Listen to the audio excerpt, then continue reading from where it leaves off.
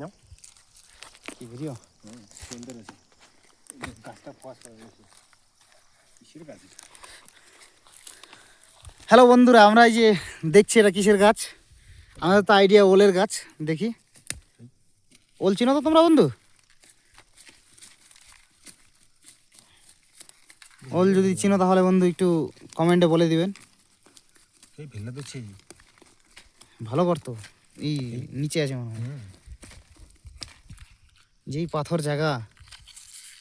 এই হাতটা যদি চুলকায়, ফল আছে তো ভিতরে ওটা চুলকাবে, কিন্তু ফলটা কিন্তু চুলকাবে। জুম করো খাওয়া যায় নাকি বালাইলা আর চুলকালে টুলকালে